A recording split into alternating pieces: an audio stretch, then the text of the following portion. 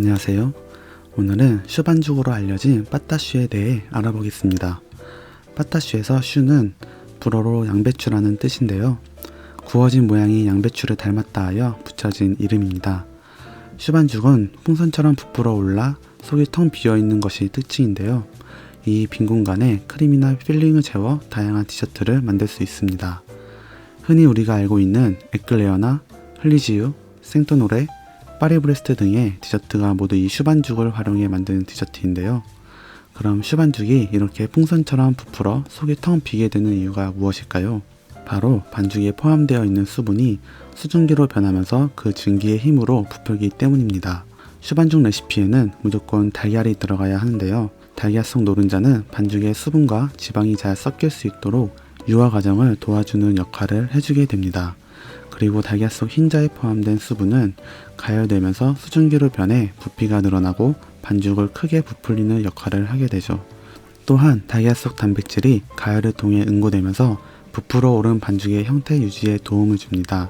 그래서 슈반죽을 만들 때 달걀로 반죽의 전체적인 수분량과 점성을 최종적으로 조절하는 것입니다. 슈반죽이 오븐 안에 들어갔을 때 반죽 표면에 가장 먼저 열이 전달되어 얇은 막을 형성시킵니다. 이는 1차적으로 수증기를 반죽 내부로 가두는 역할을 하게 되죠. 이때 반죽 밑부분에도 열이 전달되어 물이 수증기로 변하는 과정이 진행되는데요.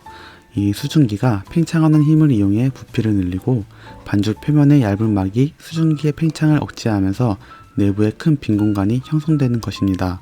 즉 수증기가 팽창하면서 빈 공간을 위로 올리고 위로 올라간 빈 공간이 껍질 윗부분에서 눌리는 원리이죠. 그래서 빈 공간이 점점 커지면 반죽이 얇게 늘어나고 반죽 전체가 풍선처럼 부풀어 오르게 되는 것입니다. 그러다가 표면에 계속 열이 받아 표면이 단단해지게 되면 더 이상 반죽이 늘어나지 못하고 껍질도 부풀지 않게 되는데요. 그러나 내부에 있는 수증기는 아직 팽창하는 힘을 가지고 있고 그 힘이 작용하게 되어 껍질 표면에 금이 가거나 크랙처럼 균열이 생기는 것이죠. 그리고 나서 반죽의 안쪽 부분까지 완전히 익어 굳어버리면 전체적으로 단단한 슈가 완성되는 것입니다. 그럼 슈반죽의 레시피와 공정 과정을 살펴보고 핵심적인 유의점들을 알아보겠습니다. 먼저 저는 슈반죽에 바삭한 크라클랑 반죽을 얹어 표면이 바삭한 슈를 선호하는데요. 바삭한 쿠키 식감과 같은 크라클랑 반죽을 슈반죽 위에 한 겹 덮어서 굽는 방식입니다. 크라클랑 반죽은 다음과 같습니다. 먼저 실온에 두어 부드러운 포마드 버터와 설탕을 섞어줍니다. 채친 박력분을 넣고 고르게 섞어줍니다.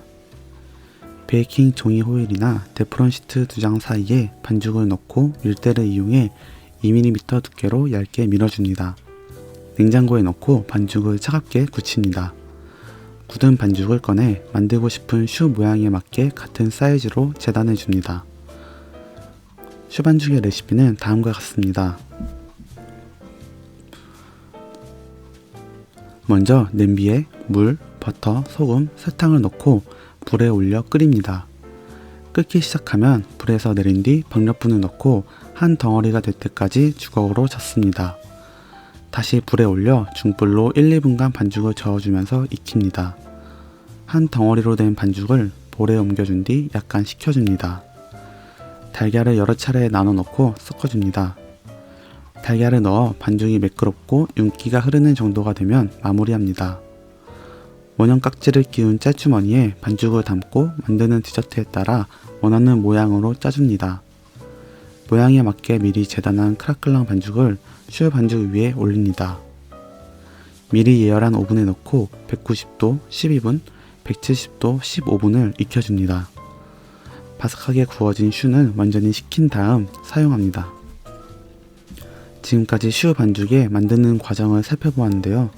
내용이 길어 슈 반죽의 유의점들은 다음 영상에서 다뤄보겠습니다. 이 영상이 유익하셨다면 좋아요와 구독을 눌러주세요. 감사합니다.